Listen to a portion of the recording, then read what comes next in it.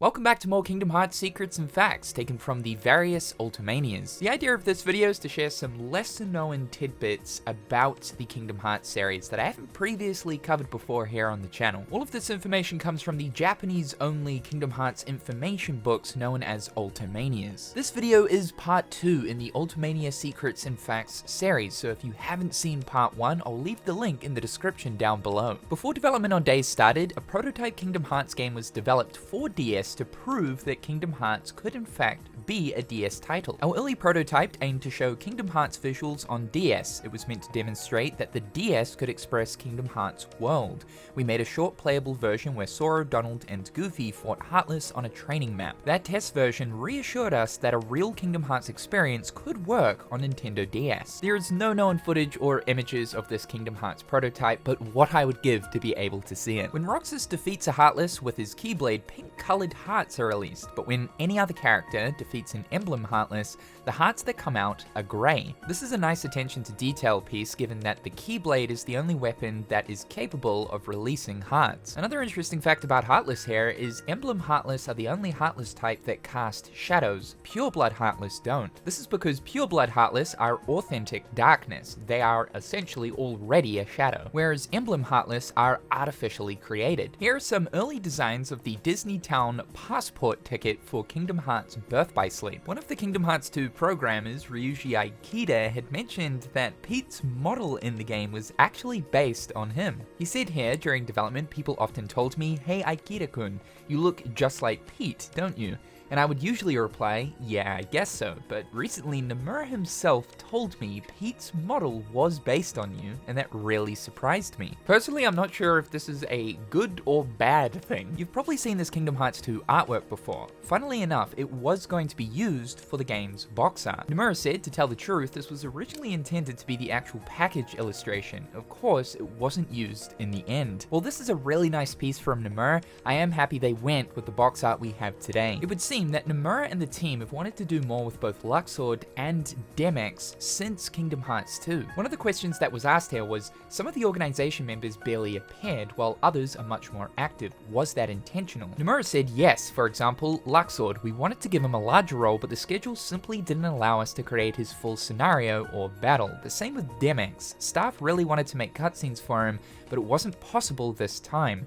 Personally, I really like Luxord. I think there's still room to develop him further in the future. Skip forward 20 years later, and it's very clear that Tetsuya Nomura is now fulfilling this desire to make these characters a little bit more important. It would seem that Luxord's got some deep secrets of his own, possibly being connected to both Yozora and Quadratum. We know that he gave Sora a wild card at the end of Kingdom Hearts 3, which will no doubt be important in the future. And Demyx's origin still hasn't been explained, though it was made clear in Kingdom Hearts 3 that he has ties to the ancient Keyblade legacy. I feel as if Demyx's origin could have been explained in the story of Missing Link, given that Larxene and Marluxia's origin was explained within Union Cross. Still, a lot about these characters right now is unknown, but it's clear that Tetsuya Nomura intends to use them at some point. As we know, the Final Mix version of Kingdom Hearts 2 introduced a bunch of new stuff, but there was also a lot of smaller changes that were made to the game as well. I think most people are unaware as to just how many changes were made to the Final Mix version of the game, but one of the smaller ones that a lot of people might not know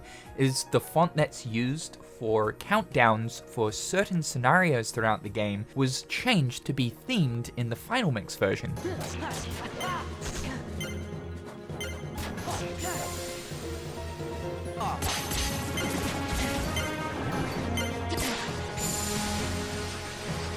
Some of the gummy ships in Kingdom Hearts 2 are themed after different Final Fantasy creatures and characters. Bahamut, Alexander, and Sephiroth, along with some others, were planned to be gummy ship designs in the game, but didn't end up making it in for technical reasons. It said here, we also tried out many different designs, Alexander, Bahamut, Sephiroth, and others. Some didn't make it in for various reasons though. Bahamut had this dragon nose that stuck way out of the ship's front. It looked cool, but the collision detection was a problem. Most Kingdom Hearts nerds will know this, but the official chronological story order for Birth by Sleep is Terra's story, Ventus, and then Aqua. This is officially confirmed by Tai Yasue in the BBS Ultimania. The question here was, recommended play order is Terra, Ventus, Aqua. He said yes, from a story perspective, that's the natural flow. Terra's attacks are powerful, but his mobility is limited, so he's easy to handle at the beginning. Aqua, on the other hand, is trickier to control. Since the game demands more advanced spell usage from her, she's best tackled after Terra and Ventus. That's why the difficulty is slightly higher when playing Aqua. Personally, I'd have to disagree about the gameplay comment here. I've always felt that Terra is the harder character out of the three to utilize. But obviously this does make sense from the story perspective. When it comes to the character selection screen, the first selected character here is Terra. To the right is then Ventus, and the last character on the rotation is Aqua. We also know that Terra is the first one to depart from the land of departure, so his story is progressing first within the cycle of the three characters. This is why the final episode only involves Aqua along with the secret episode, as she should be the last character you play in terms of chronological order. If you platinumed Dream Drop Distance, then you'll probably know about this one, but for those who have only loosely played DDD, you might not be aware of this small detail. Dream Eaters can come with different dispositions depending on how you pet them. Yes, the petting mechanic in the game is important. Every Dream Eater has a unique specific spot on their body where they either prefer to be petted or poked. Depending on what spots you're interacting with, this can change the Dream Eater's disposition. And there are 4 different disposition types for every single Dream Eater that come with a unique title. Changing the disposition of your Dream Eater can unlock brand new abilities and commands on the Spirit Link board, but it also changes the AI behavior of Dream Eaters in battle. However, depending on what disposition your Dream Eater has, it also changes their eye color. There's purple, yellow, blue, and green. Dream Drop Distance was originally going to have a Face Raiders minigame. It was asked if there were any ideas that were scrapped, and it was mentioned that there were a lot, but the one I was most fond of was the photo shoot battle. The idea was that while fighting, you take pictures using the 3DS camera to photograph your opponent's player's character. The photo would then transform into a ball which you could fling to attack the opponent's character. In the planning document, we even used a photo of art director Kobayashi showing his bald head flying off like a ball. Since he's bald, it looked hilariously perfect. This definitely sounded like a multiplayer component like Flick Rush or the Link portals, but considering that Face Raiders already came pre-installed on every single 3DS, there probably wasn't much point in including this. Dream Drop Distance's world travel system, the dive mode, was the very first game system that was thought of for the game. Nomura said, "If I'm going to make a Kingdom Hearts game, it has to have some form of jumping, but when I saw the 3DS, I thought of implementing dive mode. In Kingdom Hearts 1 and 2, gummy ships were used to travel between worlds, but this time, I wanted players to directly dive into the destination world as if falling into it. Dive mode was the first feature I came up with when I saw the 3DS, and from there, the rest of the game's system solidified." I also feel like this is the moment that Nomura came up with the quote, "If you can imagine a world, believe in it, and dive in," that he'd end up using for the 2017 Kingdom Hearts 3 trailer. There's a scrapped item in Kingdom Hearts 2 that could replenish the drive gauge while in combat. Originally, there was going to be an item called Hero's Medicine that would fill the drive gauge during battle. I even created the visual effect for when it was used. In the end, it was scrapped, but the data itself still remains. It's interesting to know that the item itself still remains within the game's data. The development of Recoded actually started off as a port of that original version, coded for mobile phones. At first, this was supposed to be a simple porting project from the mobile version, but as development progressed, it gradually turned into a complete remake before I realized it. Now, for those that don't know, Kingdom Hearts Coded was originally released on mobile phones in an episodic format. Episodes were released every few months that would progress the story, eventually forming one complete story. So I have to assume that the idea here was to port that mobile phone game experience onto the DS that would include all episodes to form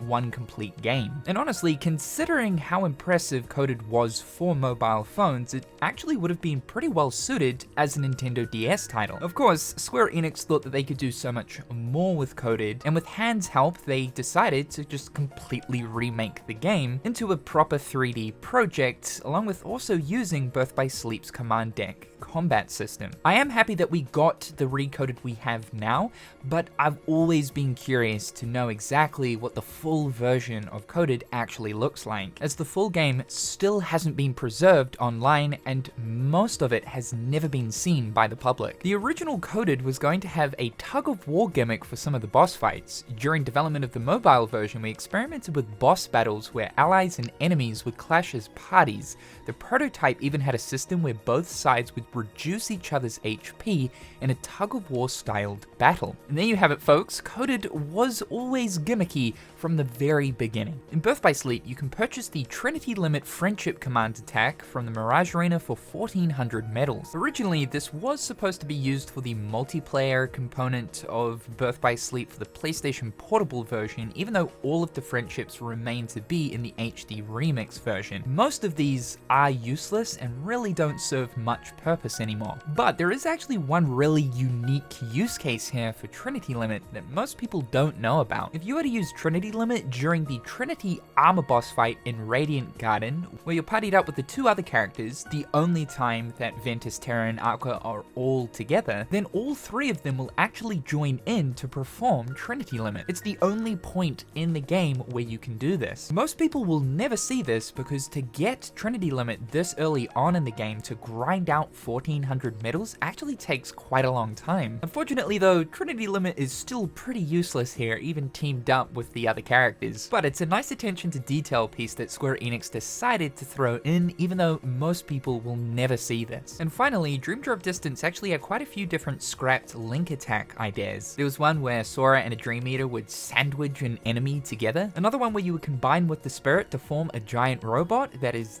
definitely reminding me of Kingdom Hearts 3's Gigas, and one where Sora would team up with the spirit to simultaneously perform a Sky-type twin shooting attack, kicking enemies in mid-air. That sounds kind of fancy. Apparently, there were a lot of different link attacks that unfortunately didn't make it into the game. So that's even more Kingdom Hearts secrets and facts pulled from the Ultimanias. I'm hoping that you guys learnt at least one new thing throughout this video. However, there is still more we need to go through, so part 3 is definitely coming. Thank you guys so much for tuning into today's video. Be sure to slippity slap that like button and subscribe to the channel if you haven't already. A big thank you to my wonderful patrons and YouTube members. I hope you're all having a fantastic day, and we'll talk again real soon.